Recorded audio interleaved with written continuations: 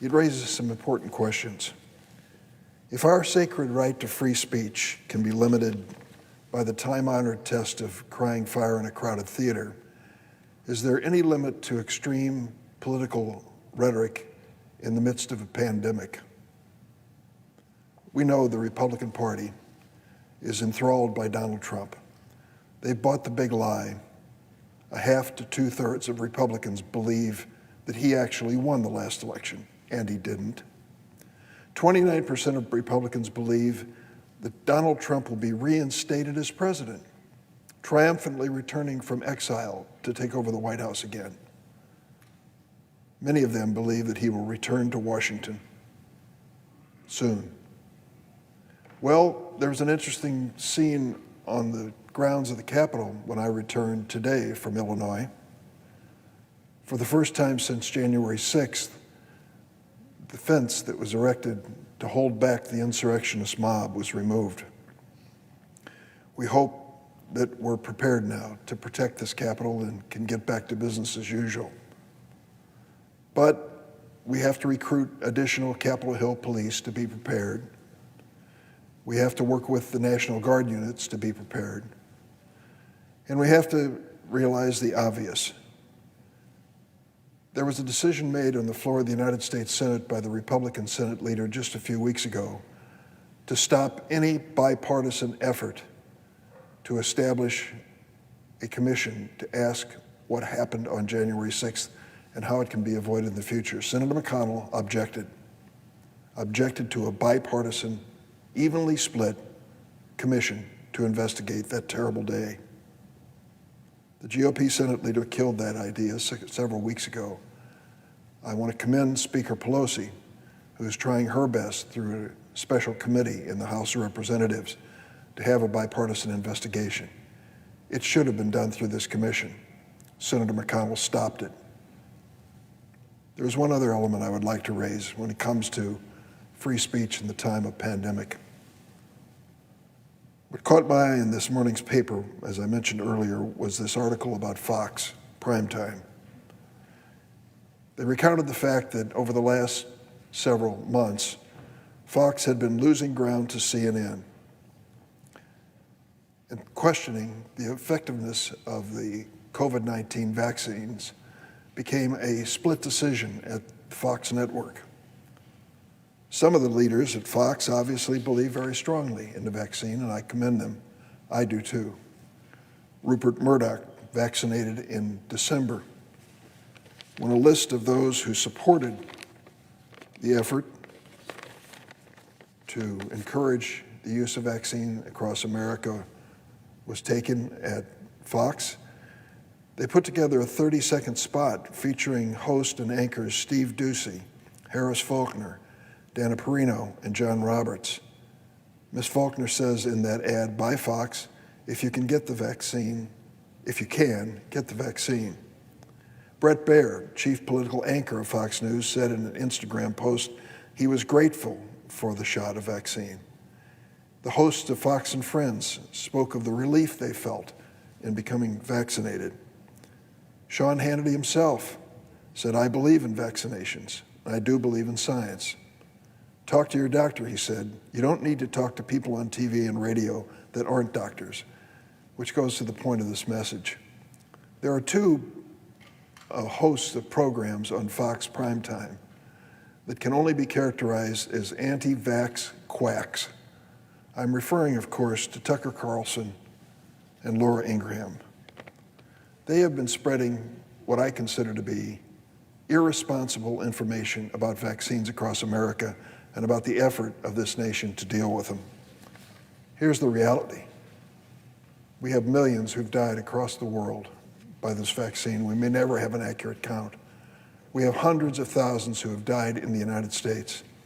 And now it is said repeatedly that those who are headed to the hospital with the most serious strains of COVID-19, 99.5% of them were not vaccinated. So the facts are obvious here. I know it's an individual decision on whether to be vaccinated, and I'm sure there may be some senators who've decided not to do it, but I was happy to do it as soon as I could. I think the vaccines are protecting me and my wife and my family.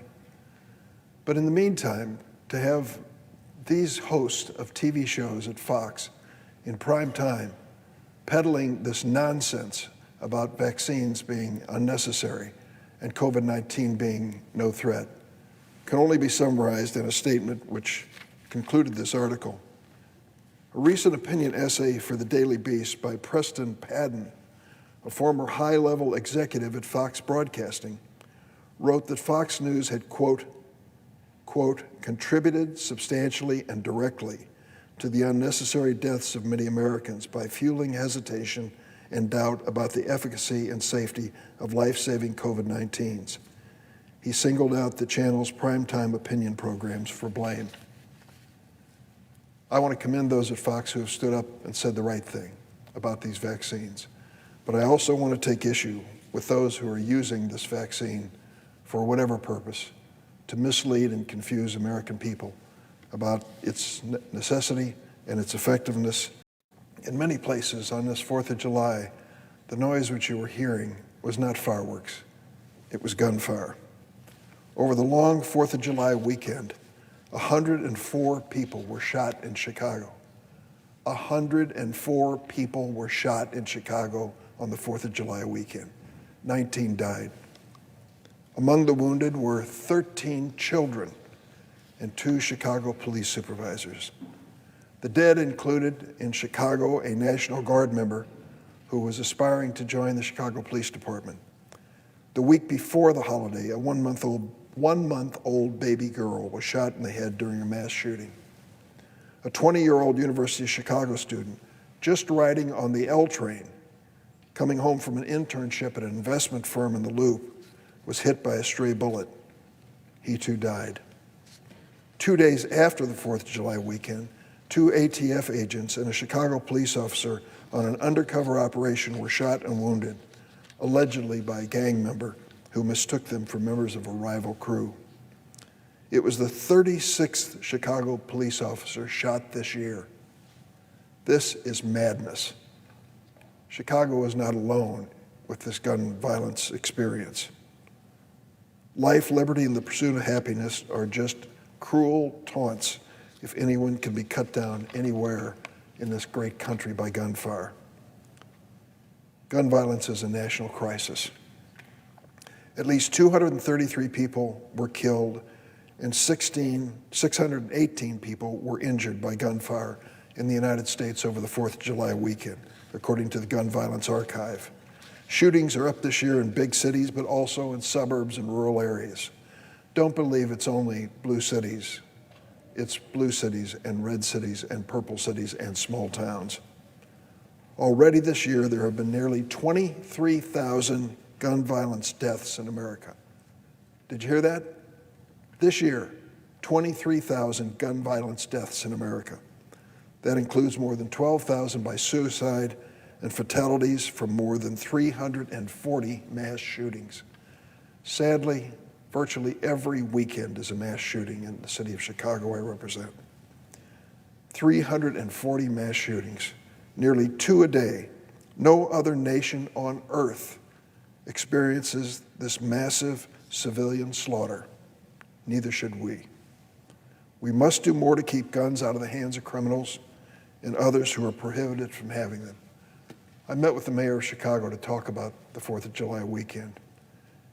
We both agreed more has to be done, and we're determined to work with President Biden, who is committed to this issue as well. But we also believe that we need to enforce the laws that are on the books. Specifically, we need to make sure that guns are not being sold to people without a background check.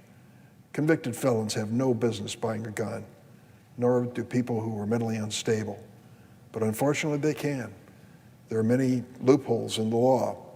There are ways to sell these guns at a gun show without a background check, or over the internet, or ghost guns, which have no basically identifying serial number.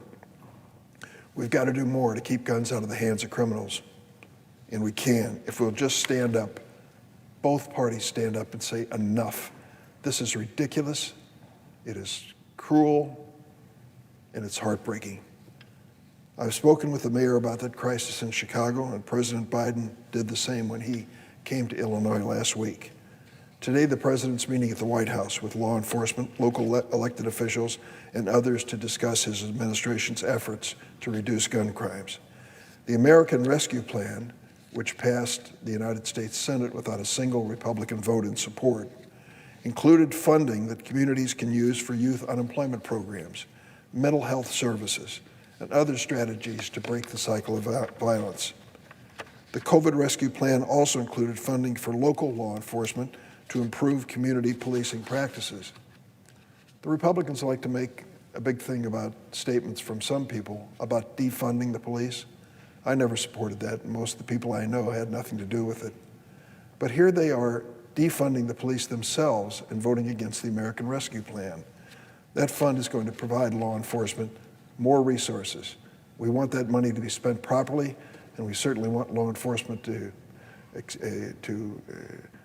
discharge their duties in a professional way. But additional resources can be and will be used effectively. I'm sorry that not one single Republican senator voted for that plan. I think it's not defunding the police, it's defending the police with the American Rescue Plan provisions.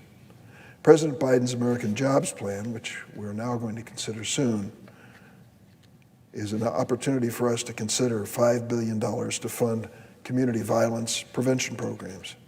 I've introduced my bill, the Rise from Trauma Act, which would implement the proposal by funding trusted members of the community to tackle trauma and the pain that is at the root of violence.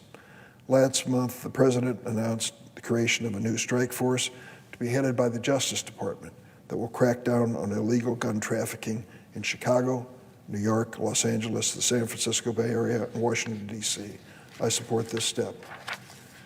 Madam President, we have before us a nomination. I'm not sure when it will be called, but it was a product of our Judiciary Committee, of David Chipman, nominated by President Biden to serve as the next director of the Bureau of Alcohol, Tobacco, Firearms, and Explosives. Madam President, you know the answer to this question, but most don't. When was the last time that agency had a director chosen by Congress through the orderly process? Well, it's about 6 years ago. That was the last time. It turned out to be the only time in the history of the agency. Well, why would an agency of the government go on for years without a duly selected director? Well, it was an intentional strategy by those gun groups to make sure that this agency, as important as it is, didn't have a leader, and as a consequence wasn't as effective as it should be. David Chipman, born in New Hampshire, BS from American University, MS from Johns Hopkins.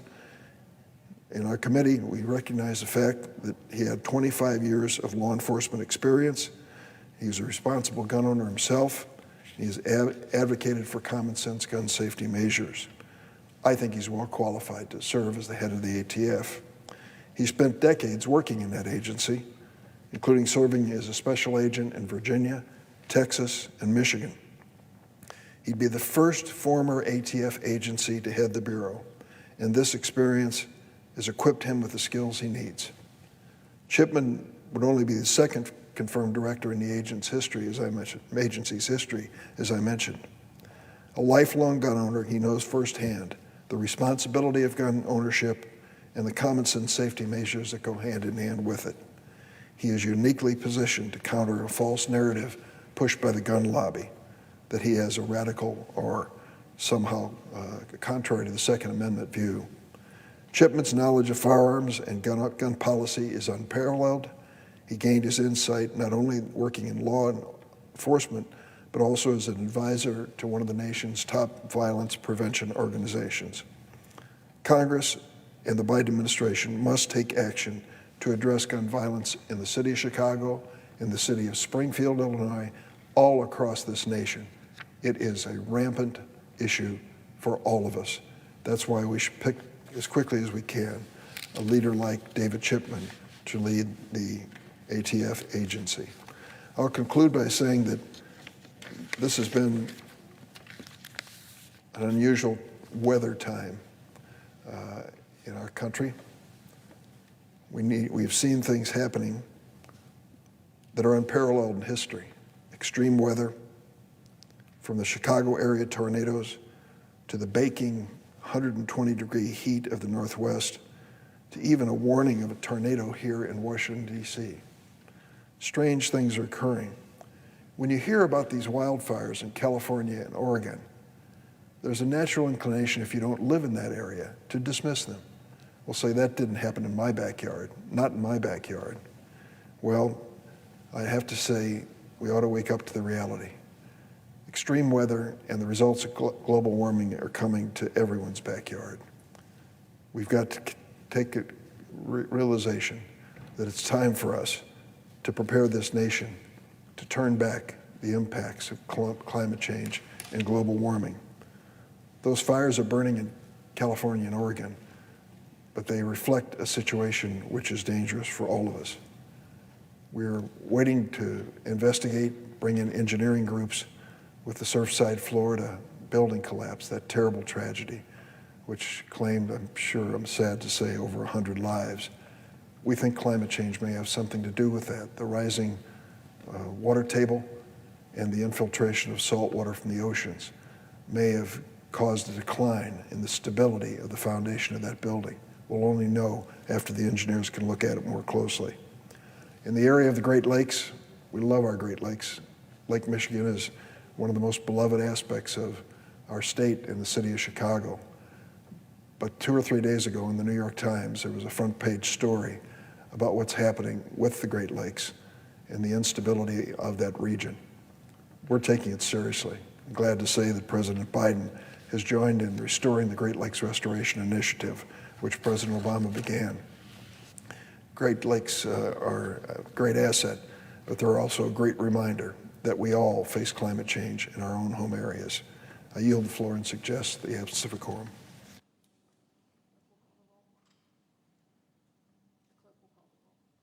Oh, I didn't hear that. Clerk will call the roll. Ms. Baldwin.